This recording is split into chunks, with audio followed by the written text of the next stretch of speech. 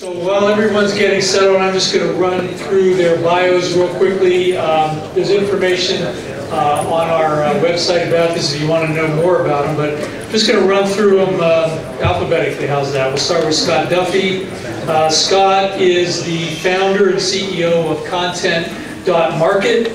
He began his career working with best-selling author and speaker Tony Robbins, and went on to work for several big media brands such as CBS Sportsline, NBC Internet, FoxSports.com.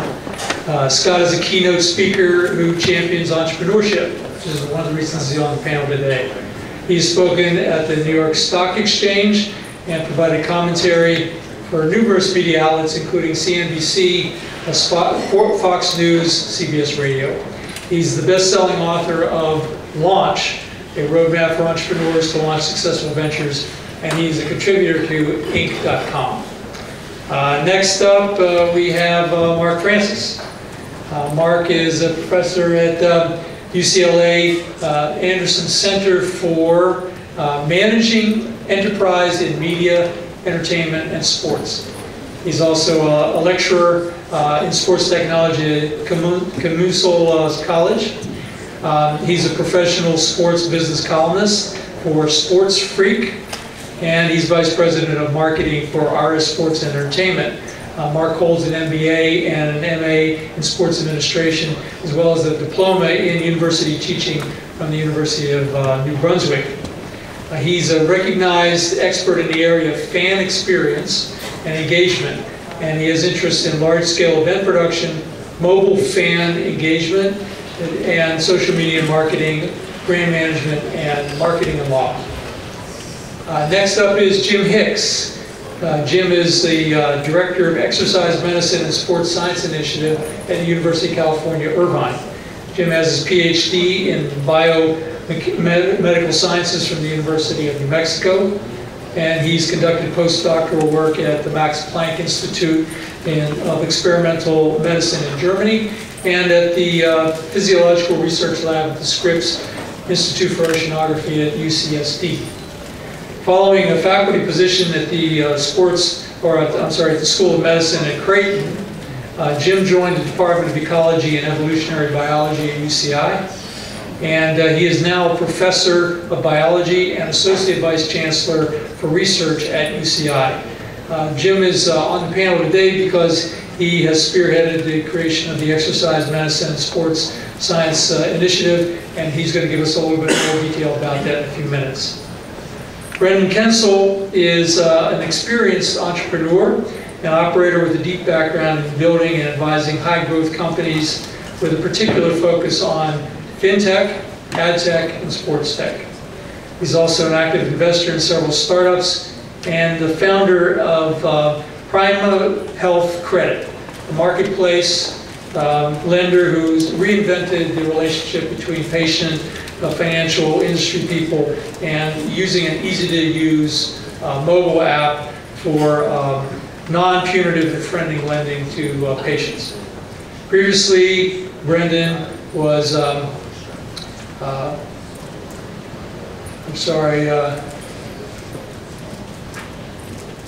lost my place here. He was president of Media Shift, a next-generation ad tech company, and they monetize Wi-Fi in networks and sports arenas as well. Finally, Collin Vataha, president of Vataha Sports. Collin is an investment banker and consultant with extensive buy-side and sell-side mergers and acquisition experience.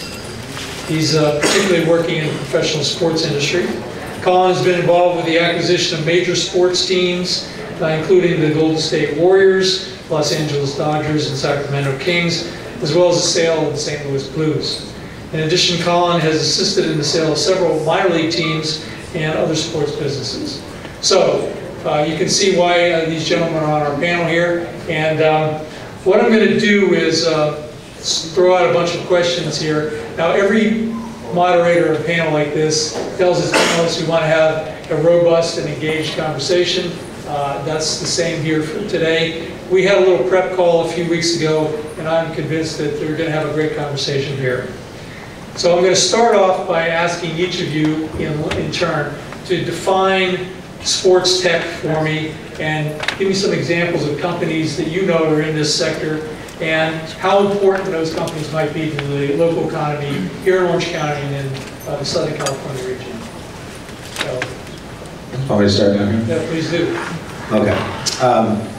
So sports technology to me is not just one all-encompassing term. So I kind of divide it up into different categories. So you have performance technologies where you see in sport, they're using them in athletes. I know the UCLA soccer team has GPS tracking technology on their girls soccer players, just a little chip in their jersey that'll be able to tell them, you know, how much they're sprinting, how much they're jogging, whatever during the course of the game. Okay, obviously the metrics that they're getting for that is, you know, able to help them optimize the performance of their athletes. There's also medical sports technologies, which I personally benefited from in terms of stem cell regeneration and those kinds of regenerative surgeries and that kind of thing. Unbelievable. Personally saved me a knee replacement in December. Dr. Bert Mandelbaum, if you need a knee surgery, he'd be the guy. I'm not advertising for him, but he'd be happy I said that. Is the team surgeon for USA Soccer and has been to 5 World Cups and worked with the national team and athletes all around the world. And, you know, getting athletes, getting them to stay on the field. If they're injured, getting them back on the field quicker and extending careers where would be impossible in other scenarios. So stem cell technology to me is unbelievable. And then you have, to me, and kind of my passion really is fan engagement technologies. And the previous speaker was talking about, you know, that social is dead and that kind of thing, and I don't disagree with him. I think it's dying. I don't know if it's dead yet. But I do know that, and then probably everybody in here can attest to this, that it's awfully frustrating in 2015 to still go to Major League Sports stadiums, doesn't matter which league, and you can't connect to your phone, right? I teach a group of 34 millennials at UCLA currently in the sports business area, and they won't go to games. Because they can't, you know, if they realize that they can't use their phone, they're not going. The SEC has led the attendance in college football, I think something like 15 years running, but their attendance is down the last 4 to 5 years. Enough that they've created a working group and fan experience and trying to figure out what to do with, you know, this whole connectivity problem. And I guess we'll talk about the connectivity stuff as we go along here, but it is the Wild West. I'm not convinced that stadium owners and operators really know the answer there. The NFL has kind of figured it out, but we'll talk about that as we go along here. Yeah, and that's one of the points that was really a revelation to me as we started to put this panel together. We've been thinking about sports technology in terms of rehabilitation equipment, exercise and training equipment, but as the panelists here are suggesting, particularly Mark just teed us up, there's this whole world of how you enhance the sports attendees' experience in the venue and outside the venue. This is an important part of the world as well. There's a nice correlation between that and the mobile business that we also try to support at the Launchpad. Collin? How you doing? Hi, it's nice to be here today. Thank you so much for having me. When I view sports tech, I think of, because I work so much with teams, I think of sports tech as any technology that's supporting teams, leagues, and then athletes really at any level, from the professional athletes to the guy who's a couch potato who's about to run his first 5K. My favorite sports technology of all time is definitely the first down marker on the NFL broadcast. Changed NFL broadcasts forever. Also recently I had the chance to go up to Levi's Stadium in Santa Clara to watch a 49ers game, and it was just great to take my app on my iPhone, go to the Levi's Stadium app, order, I think I had a barbecue pork sandwich and a Coca-Cola, and it was delivered to my seat in less than 10 minutes. So I thought that was pretty incredible. People are trying to find ways to engage the fans, keep them interested, get them to the facilities, because I think there's kind of a dying generation of fans that, you know, they're not going to the games and experiencing the thrill of being at the game and cheering on. They're sitting alone or maybe with a friend or two on their iPhone. Much different experience. So Collin, are these just big company opportunities that you're thinking about? What's the opportunity for the small entrepreneur? Oh, there's a million opportunities out there. I've spoken to small technology companies. For example, there's one called Burst, which is allowing users, if I'm at a sports facility and there was just a home run, I can take a picture of or a video of myself and my wife, cheering on the team, saying what a great home run, and then that video can actually immediately get uploaded to Burst, and then can actually be shown on the live broadcast by the broadcaster broadcasting that game, either during a timeout or between innings or whatever.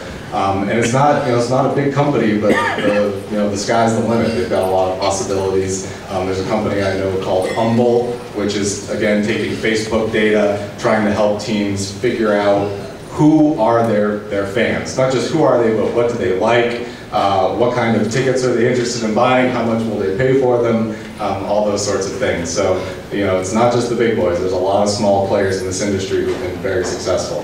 Thanks.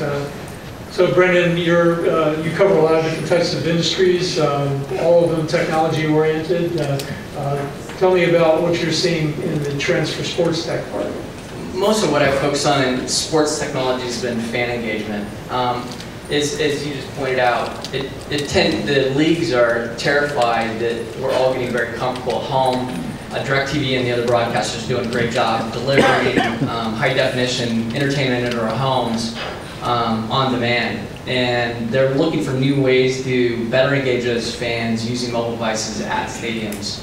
And that includes not only just entertainment opportunities for us to post and engage other content, but to also purchase, as the example you just used.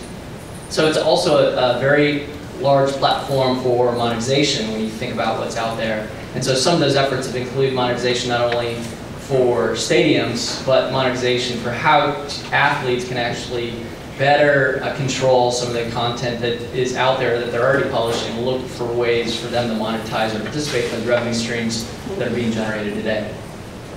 So Joe, I'm going to give you an opportunity in a minute to talk about your initiative particularly, but just from your standpoint, how are you defining sports technology? Yeah, the way I look at sports technology is really it results from the environment that I'm in most of the day, and that is at the university, and surrounded by hundreds of really smart faculty, really on the forefront, cutting edge of a lot of technologies.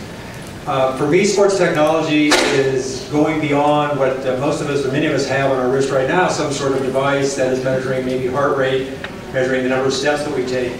But that's not enough. We're really on the verge of a sensor revolution where we can measure a variety of different kinds of physiological variables, which will be important to the average person who wants to maintain an active lifestyle, but also important to an athlete that's training. And so that's the future, I think, of the future of many sports technologies, is taking advantage of those sensors that we're on the verge of obtaining using nanotechnologies, microprocessing technologies, that will allow us to measure a variety of things like blood pressure, blood glucose, or not only body temperature, but a whole variety of other kinds of physiological variables that will be important for specific people that are training or people that are just wanting to maintain a very active, healthy lifestyle. Scott? Well, I'm still tripping out about what Eric showed when he had the two pictures, the television and the phone. And the reason is, I mean, it's like the timing is so crazy. Today, I was talking to a guy, he's up in Los Angeles, and he oversees an ad agency group, multi-billion-dollar ad agency group. And he told me his oldest son turned 18 this summer and just graduated from high school. So he moved him into his new apartment in West Hollywood and this whole thing. And he said, I was going to get him this gift. One of his clients now makes a 90-inch TV set. And he was going to give him this 90-inch TV set. And his son, this 18-year-old, said, why would I want a 90-inch TV set? I just want a new iPad. And so it's really interesting when I saw your example, that's the way things are going. Now, when I think of sports tech, I think of niches. Right, and knowing your customer right there. When I think of sports tech, I think of niches. And when I first started thinking this way, I was with Fox Sports. And we did this survey. It was really interesting. It was of 13 to 18-year-old boys. And the idea was we wanted to try and understand what kind of sports, what kind of programming to develop based on what these kids liked and what they thought. And at the time, Michael Jordan was like the top athlete, and Shaquille O'Neal and guys like this. And so I'm figuring one of the questions was, who is the most recognizable athlete in the world at the time? So again, thinking like Michael Jordan. The #1 guy was Tony Hawk. And it got me to thinking, like, how do we find those people, and how do we leverage technology to like dig deep into those niches? And back then it was harder because we didn't have social media. But today, with the way you can target, to me that's an exciting way to think about leveraging technology in sports. And that's the theme that you're going to hear repeatedly, that there's this overlay between media, fan experience, distribution of content, and opportunities for entrepreneurs. So I'm going to shift gears a little bit here, and I'm going to ask Jim to give us a little bit more background about his initiative at UCI. I think it's fascinating. I think the rest of you have enjoyed as well. I'm going to give you the clicker, and just the button on the right should advance it. Let me again thank Paul for inviting me to be here today. I want to talk about a new initiative that was launched about 1.5 years ago at UC Irvine, funded out of the Provost Office, called the Exercise Medicine and Sports Sciences Initiative. And so the first question that many of you might be asking yourself is, what is an initiative? How does that differ from other kinds of programs on the campus? And so, I guess I'll just advance. yeah, you can just advance. So what is an initiative? An initiative really is organized around a common theme or problem or a scientific challenge. In this particular case, we're bringing together faculty from across the campus, both from the School of Medicine, Engineering, Social Sciences, Biological Sciences, Intercollegiate Athletics, who are interested in physical activity. All aspects of physical activity, from very basic science questions to applied applications of knowing how physical activity influences health and alters disease trajectories. We also want to foster opportunities to interact formally and informally across the campus and with other organizations as well. We work with existing departments and schools. And as I said, the initiative inherently then is interdisciplinary or multidisciplinary, involving faculty from across the campus. It's designed we're designing facilities and workspaces for multidisciplinary work, so thinking about how we can bring together these faculty to work on common problems associated in physical activity. Again, from basic science questions to applied applications, clinical trials, looking at how physical activity has a positive benefit on health and how it can also alter disease trajectories. We all know that if we look into the future, the variety of health challenges that we face by our populations are not going to be solved by just big pharma, are not going to be solved by just a single pill. It's going to be solved by really engaging the public in increasing levels of physical activity. Physical activity is the poly pill. It is a single event that you can do that has a variety of benefits on the body, and we're trying to understand more precisely what those benefits are and how they work. And we want to develop educational and training programs. And right now at UC Irvine, we've just launched last year an exercise science program where we're taking a small cohort of students and training them in the field of exercise sciences. And these are students that are wanting to go into medicine, physical therapy, nursing, and the other areas of the health sciences. We're also fostering the development of a graduate program, bringing together various graduate students from across the campus focused again on physical activity in its various forms.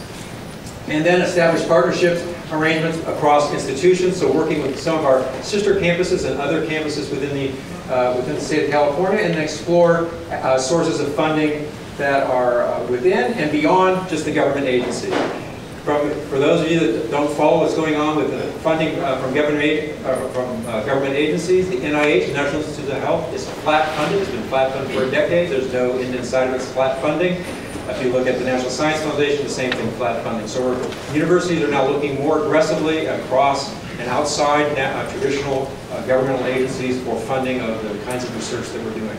And one additional thing that's not on here is that we work with other institutions on campus. UCI has just launched an Institute for Innovation. Institute for Innovation is a 31,000 square foot space that is really focused on increasing the speed at which agreements can be made between for licensing agreements and for helping startups around Orange County. And again, it's 31,000 square feet, and it's planned for opening in September of this year. So. about the exercise initiative, or? Scott, you had a comment? Yeah, no, I think one of the things that's really cool about that is I've always felt that, you know, with a broken healthcare system, the people that are really going to change healthcare aren't the government. It's going to be Apple, it's going to be Google, and companies like that. And I think what's cool about sports tech is it's really one of the first places that their devices are being like distributed so we can test. And what's interesting like about what you're wearing around your wrist, the wearable devices, is that if you take a look at how people use them, after about 6 months, people stop using wearable tech. It's like the idea of counting my steps just kind of wears out, so you worry about saturation rates and things like that. But what's really cool is that device is on somebody's wrist. So kind of from a sports tech standpoint, like what products can we come up with? What technologies so we can go partner with those guys that already have distribution on somebody and then upload our products in there and learn more. So I think it's a great opportunity to figure out how to innovate inside of a device that's already living on top of somebody. That's a great point. Any other comments from the panel?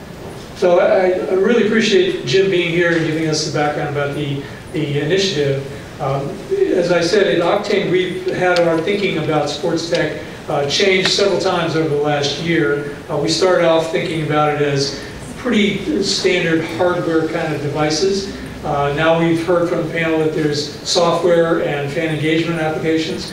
And now we're going back to the pure science side as well. These are other opportunities for entrepreneurs to start at the research level and build up to a company that eventually can become commercialized out. And if I could just add just one more quick thing on that. Again, the University of California, Irvine should not be thought of as just a bastion of academics not wanting to interact with the outside business community. It should really be viewed as a resource and a place that there's a lot of expertise there who are anxious actually to work with the outside business world. And that's one of the reasons that OCTANE has built a strong relationship with UCI and the other institutes of higher education in the county. So Mark, I want to shift back over to you and ask you, when you're talking to your students at UCLA, what are the kind of opportunities you're seeing for the young entrepreneur in this sector? Really, a lot of the students that I get are, and we talked about the same silos that I talked about before, the fan engagement, the medical, and the wearable technologies. There's an awful lot of opportunity for them. Like a lot of them want to work on the team side, like David alluded to earlier, team organization, that type of thing. And in that space, it's digital. That seems to be the really hot spot. I mean, I know, like, just as an example of how slow sport has been to adopt this whole use of social, even though it's dying. Like Major League Baseball didn't allow any use of it until 2010. So we're only 5 years from that, you know, and they just got around. I think everybody now has a, you know, they're calling them digital managers now as opposed to social media managers. But they're still pretty hot jobs for the youth, and we try to gear them towards that an awful lot. There's certainly opportunities really in every aspect, because sports ultimately is a business, so there's opportunities in finance in every sector, finance, law, all that. And so it's kind of the, you know, unlimited really potential in that. So do you see you have to convince the students to not think about just working for a professional sports team and understanding the other opportunities? Yeah, absolutely. And we really emphasize on them treating it like a business. And to take that fan hat off, because there's an awful lot of idealism when young people come into a university setting and it's professional sport. And you know, in the last week we've had David Meltzer, we've had DeMaurice Smith, David Wall, Ned Coletti, you know, come in and talk to the students over the past week. And sometimes they get fairly enamored with that, and they just kind of want to be a part of it, and sort of really emphasize that they're, you know, put your business hat on, and this is a job, this is a business. You know, I think over 415 billion, something like that, is spent on sport worldwide every year. So it's big business, and we try to treat it like that, and I certainly emphasize to them that they treat it like that. So I'm going to leverage off of that point and ask both Brendon and Collin. So you're related to the investment side of the business, and I'm interested to know if you're identifying particular types of investors who are focused on the sports tech side, or whether you're just seeing traditional investors who are creating part of their attraction into sports tech. But what do you see the investment environment to be as sports tech? Well, I'll start. And what's fascinating over really just the last couple of years is I work a lot with teams, and more teams are being bought by venture capitalists, private equity guys, And what you see is that these guys know how to incubate businesses and grow them. And what they're doing is they say, okay, now I own the team, let me find a way to get a competitive edge. They're actually going directly to entrepreneurs and growing tech businesses, investing, buying them outright, again, to look for that competitive edge, knowing it eventually it's probably going to grow and every team's going to make use of it. But the teams themselves are becoming investors in these types of businesses. The NFL just started its own venture fund, funded by the league. They created a pool of capital available to go out and invest and buy businesses in predominantly the tech space. And that's a new thing. Yeah, the ecosystem for venture investing into sports tech is really grown significantly over the last several years. So it's everything from the leagues that Collin just referenced to the teams, but also traditional venture capital funds, both in Silicon Valley, Boston, New York. There are groups of them that are focused on sports tech. There's also funds that have been spawned that are really controlled by owners of professional teams, including Vulcan Ventures, which is Paul Allen. I think it's RRE up in New York, which is really controlled by the Miami Dolphins owner. So there's really a great ecosystem for firms that will support sports tech. And as an add-on to the NFL, I know the Dodgers have set up their own incubator program as well in this space. And you know what kind of businesses they're looking to invest in? Well, I mean, they're in Major League Baseball, they're really interested in this whole fan engagement thing and trying to figure out the connectivity and what applications to run, to ensure that the millennials are actually going to go to baseball. I mean, I think the average baseball fan is somewhere around 52 that watches television and watches baseball is 52 years old. That's a big problem. The NFL Venture Fund, as an example, is really explicitly, but a lot of their focus is on fan engagement and trying to solve that tension point. So they partnered with Providence Equity, so they have a very deep capital base between the owners of the teams as well as some traditional private equity that can write bigger checks. But they're actively meeting with entrepreneurs that have everything from concept to actually, businesses that are up and running, looking to ways to better engage their fans. They recognize it's a real issue, so they're being very, very proactive. They run it out of the office in New York. And they've continued to attract smart talent from the venture community to actually run that group. So it sounds like it's more than just infrastructure. It's also other kinds of apps and things they try to engage. Recently the New York Jets did a Shark Tank style competition in Silicon Alley in New York City. And they went through that competition, and the winner ended up being a company, I don't know them, but it was called Satisfy, and it was basically a customer service engine that lived within the New York Jets app. And a fan sitting in his seat could go in and complain about the guy sitting next to him, complain about the food, give them compliments on whatever they were enjoying at the experience. And the Jets saw that as really valuable. Again, keeping the fan engaged and happy. You touch on infrastructure. I think the biggest infrastructure challenge that leagues face is really driven around connectivity to our mobile devices while we're in stadium. Cellular is really, really challenging, so they're bringing in distributed antenna networks, which in essence extends your ability to connect from the cellular perspective, but it's really Wi-Fi where we can offload a lot of that traffic. So, for example, in October 2013, I think it was, NFL issued standards to all the team owners. The challenge that the team owners have is the stadiums are owned by municipalities or counties, and some are controlled by teams, so it's really difficult to implement these Wi-Fi standards. But on any given Sunday, as an example, usually between 1.5% to 2% of fans in the stadium have the NFL app or that team app downloaded onto their phone, while connectivity to the Wi-Fi network within the stadium can be as high as 25%. So you can, if you're doing browser-based fan engagement with those folks that are in the stadium, you can actually have a much higher engagement rate. So, but while the fan engagement is really driven by software solutions, it's the infrastructure ultimately that's going to drive our ability to connect when we're actually on site. To piggyback on that, it really is like the connectivity is the foundation of a lot of what we're talking about here today. It's like, consider if you build a house, if you live in Boston, you have to build a basement foundation in it, right? And Wi-Fi is that foundation. And I'll give you an example. We spoke about it on the phone. The difference between the distributed antenna system and Wi-Fi. The best option is a combination of the two. And Miami Marlins, for example, built that brand new stadium, $1 billion, all of that. put in a distributed antenna system solely. And they cap out at about 20,000 users. Right, so that's obviously, in Miami they're not drawing very well, so that's not a big problem, but by comparison, I know Extreme Networks out of the Boston area has been contracted by the NFL to do a lot of the installs, and their hard Wi-Fi system doesn't have any issues until about 60,000 users. And why is that significant? So a couple of years ago, one of the companies I was working with produced in partnership with the NHL, the Winter Classic hockey game at the Big House in Michigan. And there's 105,000 people supposed to attend that game, and the NHL forgot to ask if there was Wi-Fi connectivity in that stadium. Why is that important? Everybody, even though social media is dying, I've said that before, it's not dead yet, so everybody in here around the world pretty much has an average of 240 Facebook friends, if you think of Facebook only, right? So let's say 20,000 people out of 105,000, very conservative figure, are going to take a photo at an event like that, share it with their friends, that kind of thing. Do the math on the reach. Very simplistic example, but let's say it's an extra 400,000. What's that worth that you can go back to a sponsor and charge them? Hey, it's not just 105,000 people on the stadium or on television. This is an added metric to this, and we can charge you more money for it now.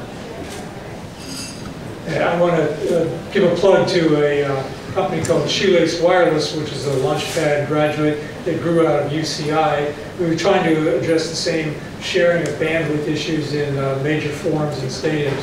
So it goes to show that small entrepreneurs with very limited resources can also come up with technology and solutions that can solve some of these bigger problems. So Scott, I want to turn to you for a minute. As a coach and author for entrepreneurs, are you seeing that there are any particular challenges that sports tech entrepreneurs may have that other companies don't, or the reverse of that? Are there some benefits, some advantages that they have that other startups don't have? Well, I think that one of the things I find is people in sports tech generally are big sports enthusiasts, and so they love what they do. And that's really cool. You don't find that as often in other industries, I think, as sports. But I think that one of the challenges with that is it's really easy to, as opposed to starting and building one thing and going to market with that one thing, it's really easy to get distracted and try and add lots of stuff to your thing because you're just so passionate about what it is that you're doing. So, I always try and get people who are in this particular industry, try extra hard to stay really focused on delivering one thing to one very specific target customer, and getting that out into the marketplace. And what's the message you're giving? What's the roadmap you're giving to those entrepreneurs? Well, I think that the roadmap, particularly when you're launching, is this: don't build everything at once and then get it out into the marketplace. Instead, build the smallest version of what it is you can possibly get into people's hands, and get it out there as fast as you possibly can, and get people touching and playing with your product and using it. And then take that feedback and use that feedback as your product development roadmap going forward. Because it's like I've got a buddy, and he raised almost $2 million on a consumer internet content business about 2 years ago. It was an awesome idea. And what he did is he was solving this one problem for this one very specific target customer. But as soon as he got the money, things changed. And I ran into him a couple years later, and I said, "How's it going?" And he's like, "Well, we're shutting down." And I said, "How's that possible? You raised $2 million on an idea for a very simple business to build." And here's what he said. He said, "As soon as we got the money, everything changed inside. Every day somebody came in with another great idea. And so we kept building and building and building and building. And then when we finally got the product out, we learned that 95% of our users only use 5% of the product. And it was the original thing that we were going to build. So if you reverse engineer that, you lose 95% of your time and your money. So again, get to market really fast, and then just keep iterating and relaunch often." So one of the things that Dave has coached me since we've had our relationship is the importance of relationship capital. How do you coach your young entrepreneurs about how to build that relationship capital in the sports business? Because I think there's a lot of entrepreneurial ventures that don't need that. So just building the relationships. Dave's been telling me that that's the way you start your business in this sector. I think if like I were able to go back to my younger self and like give myself some advice, it would be that it's not, I used to think that it was all about hard work, and what I've learned is it's about people and it's about relationships. And so, and I think that the sports business it's probably even more important. This is a very relationship-driven business. So what you got to do is you got to position yourself. You got to get out there, you got to be active, you got to be present, you got to be a face that everybody sees. And then it's not just enough to meet someone and ask them for something. What you've got to do is get yourself in a place where you're giving. And that's the space that you're coming from. Because I think that when you give, you open yourself up to all kinds of possibility coming back. You don't have to expect it, that's not why you're giving. But if you come from that state, it really helps you to open up and build great relationships.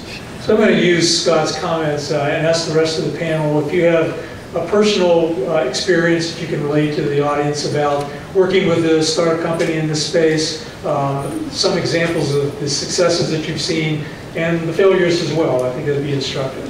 So Jim, I'm going to start with you. Well, I don't have a lot of experience in that sort of space itself, but in terms of we're currently working out with a pretty young company. I wouldn't say it's a startup, but a young company that has made small 3D accelerometers which can measure head impact forces when they're worn either in a helmet. In this case, we're actually looking at the sport of water polo, where they've developed this device that can fit in a water polo cap. We can actually measure head impact forces that are going on during a game situation and everybody that's in the water. And it's telemetered in real time to the sidelines and then up to the cloud where we can actually look at the data. I can be sitting in my office at UC Irvine actually watching a game at UCLA and know what's going on kind of in the game by the hits that are coming, that are being transmitted, or can be downloaded right away to the laptop on the sideline, used for team management as well as research. So they're not a startup per se, but they're a young company and we've been able to form a partnership with them because they're very interested in interacting with the university in this setting and having looking to see what's going on in this particular sport. So you raise an interesting point. Several companies that we've seen have had either performance tracking information or training kinds of equipment, and they make a lot of claims.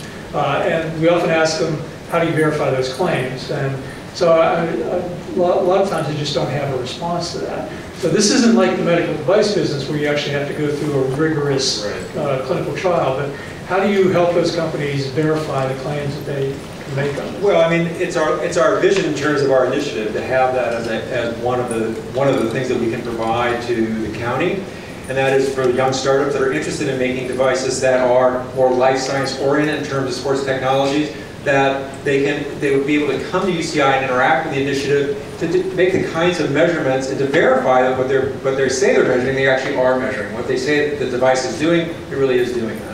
And what the clinical impact or therapeutic value might be. Right, exactly. Brendon? This is really general, but I think generally these technology companies in helping out sports teams, they've done a great job of helping teams collect data. Right? These teams are swimming in data, right? But what I hear from the owners all the time is, we don't know what to do with it all. We've got almost every NBA arena now has a system that tracks every player's movement on the court during the whole game. Okay, so you sit down and you can look at this map of squiggly lines on the court and you say, okay, so what does this mean? And I think that's the next evolution is let's take all this data, interpret it, and help us make business decisions, player acquisition decisions, and that's what they're all struggling with right now is they've got the data, let's figure out what it means. So to piggyback on that, Ned Coletti was in last week, as I mentioned, and he's one of the most old school guys you'd ever meet in baseball, but he was really open to this whole world of analytics and all that. And the trouble with it is that there is too much information. Coaches, I coach hockey myself, and I tell my assistant coaches between periods, like, I need 3 things. Give me 3 words that need to be adjusted or improved on, because that's all the players remember. So the information coming to the coaches has to be in really tiny packages and useful packages, or otherwise it's just stuff. But there is this growing field of big data analysis, right, that is evolving, and we're really on the forefront of those kinds of analytical techniques to take these big data sets and make them into something that is digestible. That was part of what I did at Media Shift, is we took big data discipline and we applied it into stadium environments, but using kind of my ad tech background. So it's just leveraging data, but really more focused on the fan. And in Wi-Fi environments, when you connect, I call it connecting at the edge. And you can collect what I call carrier-grade data, which means fundamentally you can see everything you do. So don't connect your bank account when you're connected to Wi-Fi or anything like that, by the way. But I mean, you can see absolutely everything a consumer's doing when they're connected to a Wi-Fi network, which enables you to do an enormous amount of targeting. And that's both when they're onboarding under the Wi-Fi network as long as you're persistently connected. Those networks have the ability to push content to you on a browser base and target you.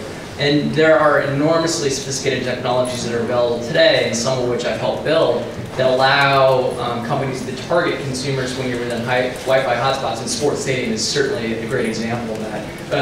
The Aruba Networks did a massive deployment at the 49ers' new stadium, and that's really kind of the case study currently for how you better target and interact with fans. They're doing it both through Wi-Fi as well through an application you download when you're at. I'll tell you how fast that's evolving. Like Levi's is right now supposedly the world's most technologically advanced stadium. That opened this year. The Sacramento Kings will have a new arena open that's a third the size that will have at least double the connectivity points that Levi's has. So in a minute I'm going to turn it over and ask the audience if they have questions for the panel, but I want to run through the panel one last time, see if you have any comments on topics that either I asked about or I didn't ask about.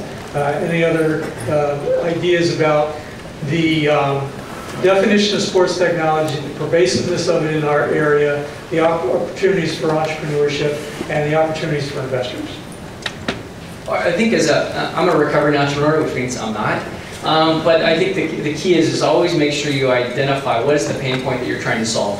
If you have a pain you've identified and have a solution, whether that be software, hardware, whatever the case may be, pursue it with passion. But those are the opportunities that a lot of people are willing to look at, where there's big problems to solve, and there certainly are.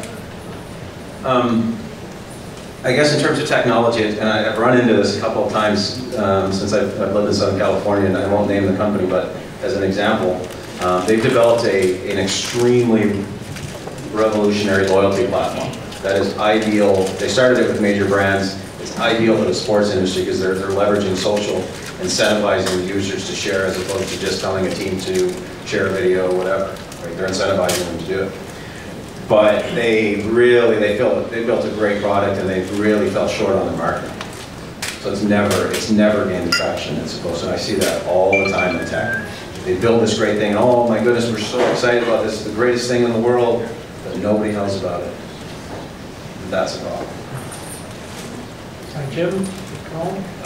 No, I just think that the sports technology in this particular area in Orange County, Southern California, has just got so much opportunity, and that's one of the reasons why we developed this initiative program, to help be part of it and to, as I said, be a resource for entrepreneurs that are out there and people that are in the sector trying to develop new ideas that take advantage of it. Well, I'm really excited about the big data ideas that I'm hearing about today. I think it's really cool. Orange County is such a hotbed for big data. And I remember one time I was having a conversation with somebody that I work for, and he was telling me, I said, my entire career, I've been really early stage in businesses, and we've been trying to go to market with a new idea, and it's a cool idea, and you're educating the customer while you're trying to sell, and that's really hard and it's really expensive. And what this person said to me is, they said, and I said to this person, I said, but you're totally the opposite. You go into the biggest markets with the most entrenched competitors with the biggest marketing budgets, and I don't understand, why do you do that? And this is what he said. By the way, this person had $5 billion businesses. And he said, here's my recipe. What I do is I look for a really big market like data. And he said, all I do is I find one person that's got one problem that already has their wallet open. They're already spending money, so I don't have to convince anybody to buy. And he said, I solve that one problem for that one person, and if it's a big market, it's a $1 billion opportunity. And what's really cool is it sounds like there are a lot of opportunities here in sports, or especially around big data, where people are going, help me, solve this problem. And I think that's great for our area, and it's great for Orange County. And that's what we're looking for, this sort of cluster development of like-minded companies that then reinforce one another. One more comment. Sports teams and leagues, they're great clients because they're not going anywhere. They're little monopolies. Unless you live in San Diego. Well, there are examples, but you know, I grew up in Boston, and on 128 going into Boston, there used to be a digital corp on every corner, and you know, the mini computer industry is gone, right? Technology is going in and out of business. Sports teams, some of them have been here 100+ years. They're very unique businesses, so they make great clients if you want a long-term relationship. I think that's a good point. I'm going to ask if there are any questions from the audience. You can address any individual or the panel as a whole. Ruth, why don't you start off? Yeah, I've been a fanatic football fan since, I'm going to say, you know, Cardiac Cardinals and now Roll Tide. So address the female fan engagement other than adding I'll take a stab at that. And you're absolutely right, because it's personal opinion only. It's not one of the most genuine efforts if you're talking about the NFL and this pink and all of that, as we saw in light of last year with all of the domestic violence and all that kind of thing. I think it comes down to that word genuine. They really have to make a concerted effort to make women feel, you know, that part of their audience, which is a huge part of the NFL audience is female, that whatever they do with them has to be authentic. And it can't just be for show like we've seen. Lots of ideas, I'm sure. Anyone else on the panel?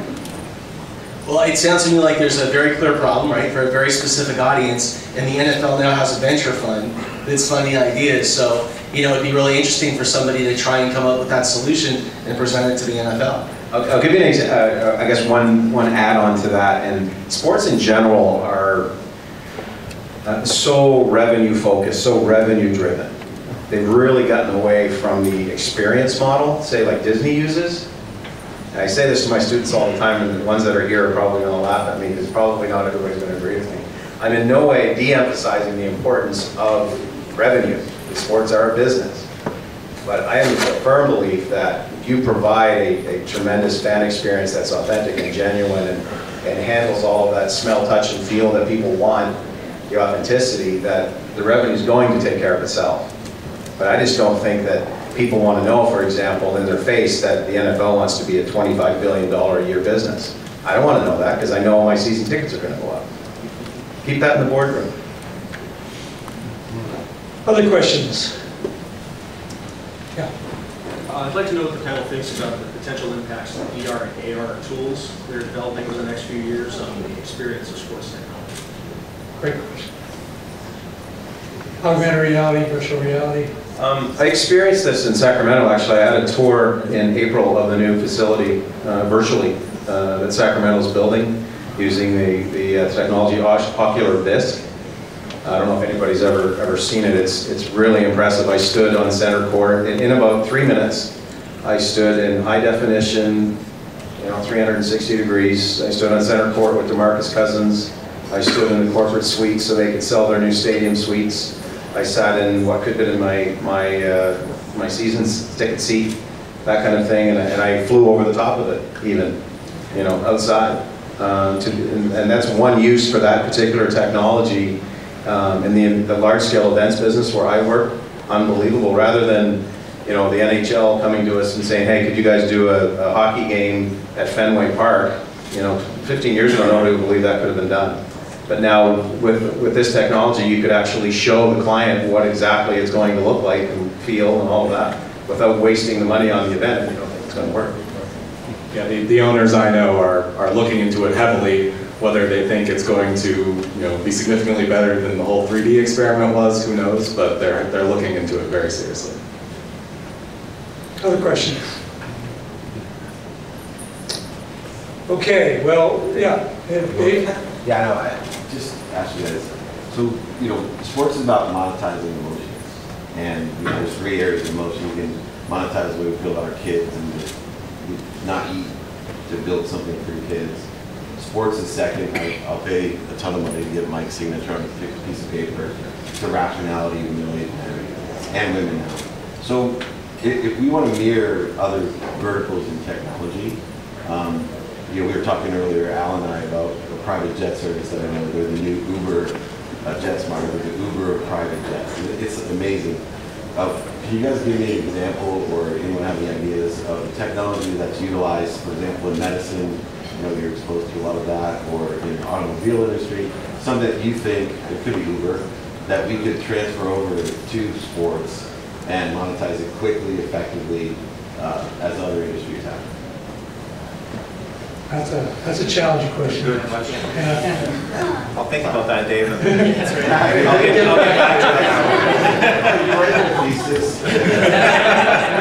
I'll have my students do it. Anyone? And then I'll fund it. Okay. So there you go. There's the incentive. Dave will underwrite it. No, an example would be like, I think there's a use for, the ticket industry is huge. And so I think there is an application or technology available to maximize the ticket industry and utilize something like a social network where we're not dependent on StubHub or Ticketmaster or leagues, teams, etc. I think, I'll give you another example. There's in golf, maybe one or two of you in this room use Tinder, and if you don't, you can Google that.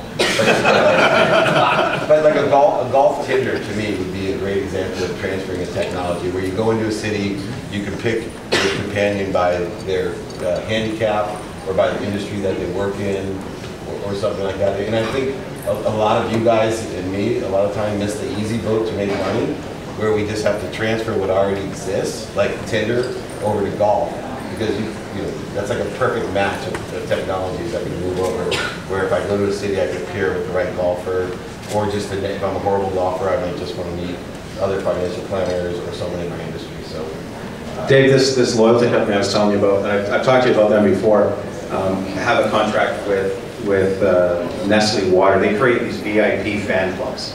There's nothing on earth that I can think of more boring than bottled water. But through the mommy blogger market, they're due to drive 3.5 billion bottles of water through this fan club that they've built for Nestle Pure Life water. It's unbelievable. And I saw that, and I saw the connectivity issues at the stadiums, but how are you actually going to make money with it? Because the connectivity is only the hardware part, as you mentioned. And I thought, wow, let's turn the social media ambassadors, so to speak, loose, incentivize them to continue that behavior. So there's one example. Yeah. So I hope you all have enjoyed this conversation as much as I have, and particularly as we've been exposed to a lot of different ideas and a lot of opportunities for entrepreneurship. Please join me in thanking the panel for a great conversation.